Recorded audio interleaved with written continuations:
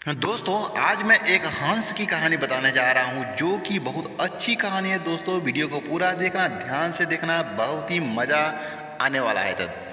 दोस्तों, एक बहुत विशाल पेड़ था। उस पर बीसों हंस रहते थे।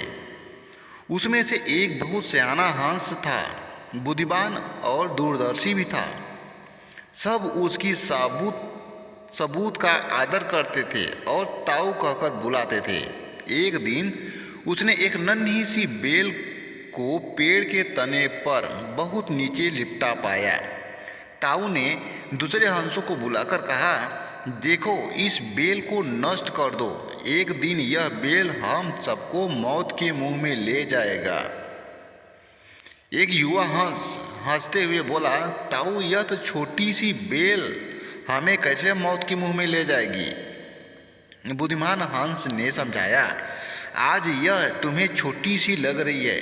धीरे धीरे यह पेड़ के सारे तने को लपेटा मारकर ऊपर आएगी। फिर बेल का तना इतना मोटा होने लगेगा कि पेड़ से चिपक जाएगा। तब से नीचे चढ़ने के लिए सीढ़ी बन जाएगी। कोई भी शिकार चढ़कर हम तक पहुंच जाएगा और हम सब मारे जाएंगे। दूसरे हंस को यकीन नहीं आया।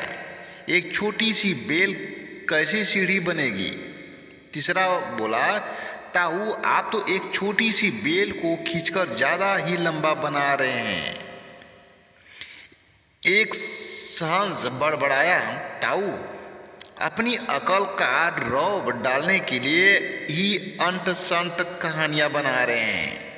इस प्रकार किसी दूसरे हंस ने ताऊ की बात को गंभीरता से नहीं लिया। इतनी दूर तक देख पाने की उनमें अकल कहाँ थी। समय बीतता रहा। बेल लिपटते लिपटते ऊपर शाखाओं तक पहुँच गया। बेल का तना मोटा होना शुरू हुआ और सच में पेड़ के तने पर सीढ़ी बन गई, जिस पर आसानी से चढ़ा जा सकता था। सबको ताऊ की बात की सच्चाई सामने नजर आने लगी, पर अब कुछ नहीं किया जा सकता था, क्योंकि बेल इतनी मजबूत हो गई थी कि उसे नष्ट करना हंसों की बस की बात नहीं थी। एक दिन जब हंस दाना चुगने बाहर गए थे, तब एक बहेलिया इधर आ निकला। पेड़ पर बनी सीढ़ियों को देखते ही उसने पेड़ पर चढ़कर जाल बिछाया और चला गया। शाम को सारे हंस लौट आए और जब पेड़ से उतरे तो बहेलिया की जाल में बुरी तरह फंस गए। जब जाल में फंस गए और फड़फड़ाने लगे, तब उन्हें ताऊ की बुद्धिमानी और दूरदर्शिता का पता लगा। सब ताऊ की बात न मानने के लिए लज्जित थे और अपने आप को कोस रहे थे। ताऊ सबसे रुष्ट था और चुप बैठा था। एक हंस ने हिम्मत करके कहा, ताऊ, हम मूर्ख हैं, लेकिन अब हमसे मुंह मत मोड़ो।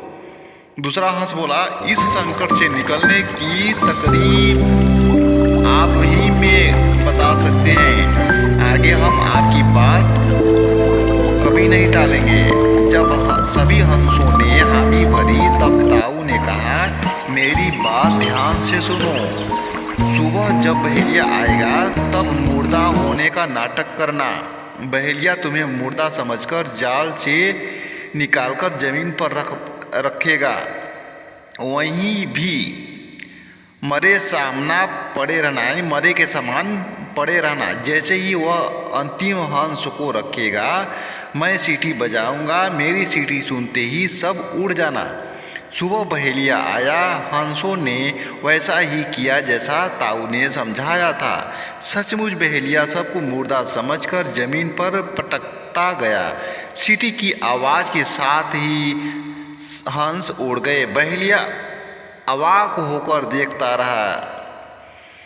वरिष्ठ जनक धर की धरोहर है, वह हमारे संरक्षक एवं मार्गदर्शक है। जिस तरह आंगन में पीपल का वृक्ष फल नहीं देता परंतु छाया अवश्य देता है, उसी तरह हमारे घर के बुजुर्ग भले ही आर्थिक रूप से सहयोग नहीं कर सकते परंतु उनसे हमें संस्कार एवं अनुभव से कई बातें सीखने को मिलती है। बड़े बुजुर्ग परिवार की शान है। वह कोई कूड़ा करकट नहीं जिससे कि परिवार से बाहर निकाल फेंका जाए।